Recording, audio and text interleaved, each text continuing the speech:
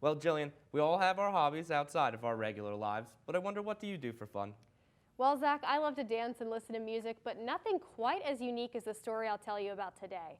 I caught up with a Morgantown resident with a very specific passion: collecting typewriters. With a clack and a ding, one Morgantown resident found his lifelong passion. Jet Morton began collecting typewriters after finding his very first one at a yard sale when he was just 7 years old. I was a computer kid. I used to game on computers, and so I saw the keyboard, and my dad showed me it's a typewriter. You don't have a monitor. You just type right against the platen. You put your paper in, and that's how you type. And so I was intrigued, and my dad bought the machine for me. Morton sought out to get as many Oliver typewriters as possible. Currently, the number is up to 54, and likely one of the largest collections in the world. This machine was the first visible print typewriter, which means the typist could actually see the text while it was being entered. His favorite machine is a 130-year-old Woodstock Oliver typewriter, as it's the only known version of this machine in existence. You may be wondering, how does he get these rare machines? He said his yard sale days are behind him, and he turns to the internet for more unique finds. It has to be online because in town you won't find these rare machines that I do. This hobby became less of a pastime in recent years as Morton began to make a name for himself in the typewriting community. He had a cameo in the 2016 documentary California Typewriter, which starred fellow collector Tom Hanks. Morton even has a book on typewriters titled The Oliver Typewriter Company: Machines in History, which he wrote at just 15 years old.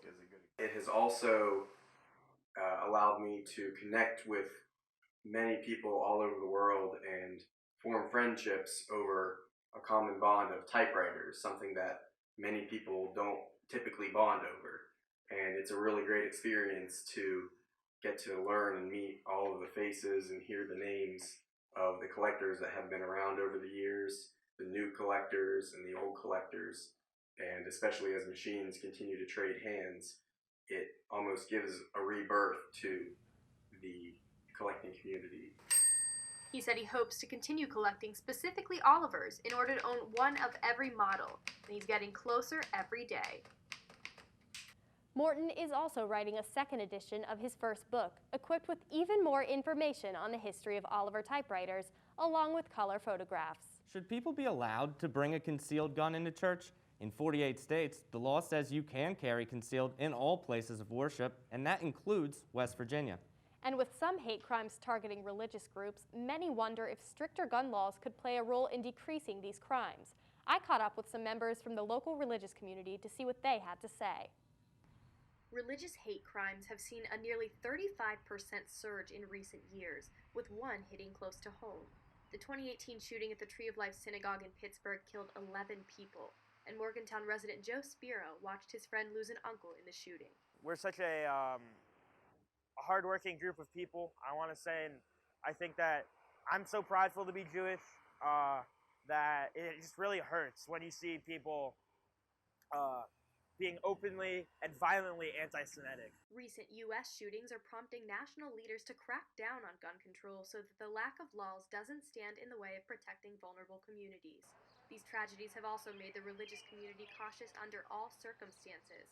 Charleston resident Sarah Zanobly said that even the security training at her local mosque left her feeling uneasy about the possibilities.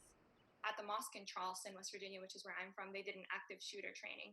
And even the police was talking about how the police, with all of the training that they have, they're still probably not able to disarm or, disarm a shooter or get him away from people. So it's really up to us to know what to do in those situations, taking a chair and closing the door and getting away from places and, learning the exits. AR-15 rifles were used in 26% of the last 80 mass shootings, and both the shooting in Sutherland Springs and the shooting in Pittsburgh were committed with semi-automatic assault rifles.